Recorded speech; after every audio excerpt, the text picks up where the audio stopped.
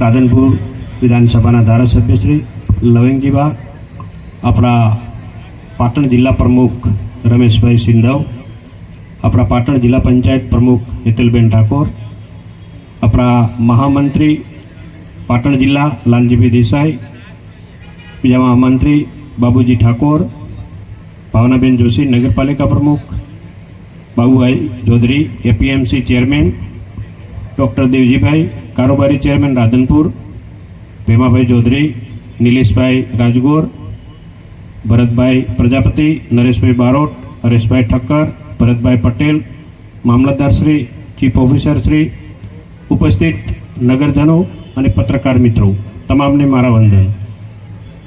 આજનો આપણો સ્વદેશી મેળો આમ તો મોદી સાહેબનું સપનું છે હર ઘર સ્વદેશી ઘર ઘર સ્વદેશી, અને ભારતને આત્મનિર્ભર બનાવવા માટે મોદી સાહેબે જે બેડું ઝડપ્યું છે એ બેડાને સાક્ષાત કરવા માટે આપણે સ્વદેશી મેળા તરફ યોજી જઈ અને સ્વદેશી મેળાનું જે આપણે અહીંની ચીજવસ્તુઓ બનતી હોય, આપણે અહીં જ ઉત્પાદન થતું હોય, હંમેશા એનો ઉપયોગ કરીએ।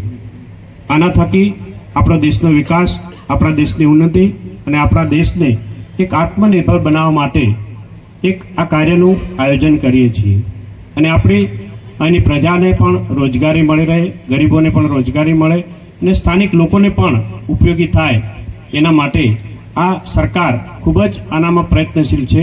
અને આ સરકાર દ્વારા આપણે પ્રયત્નશીલ રહીશું તો આ ભારતને આત્મનિર્ભર બનાવવા માટે આપણે સૌ સાથે મળીને કાર્ય કરશું તો જરૂર જે મોદી સાહેબનું સપનું છે કે 2047ની અંદર આપણો દેશ આત્મનિર્ભર અને વિશ્વની સૌથી મોટી સત્તા ઉપર આપણો દેશ આવે અને આપણા દેશનું ઉત્થાન થાય એના માટે કાર્ય કરી રહ્યા છે। તો આ પ્રસંગે આજે આ રાધનપુર નગરપાલિકાની અંદર આપણો આ મેળો યોજાઈ રહ્યો છે, તેનો નગરજનોને હું આજે આહ્વાન કરું છું કે આ મેળાનો લાભ લઈ અને આપણી જે અહીંની ચીજવસ્તુઓ બનતી હોય એનો હંમેશા ઉપયોગ કરવાનો આગ્રહ રાખીએ।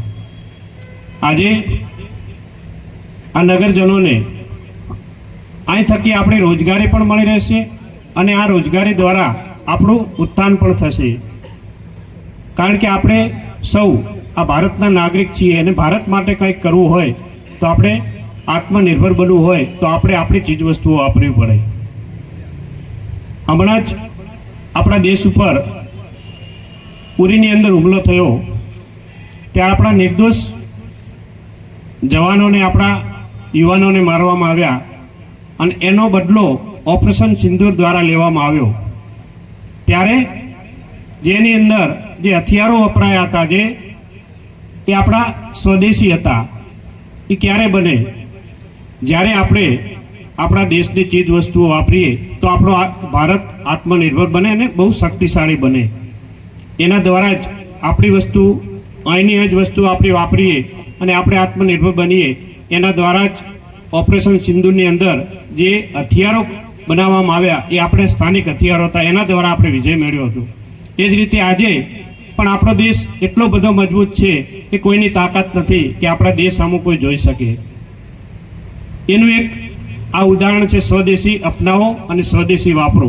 અહીંની જ વસ્તુ વાપરવા માટે સૌને આગ્રહ કરું છું।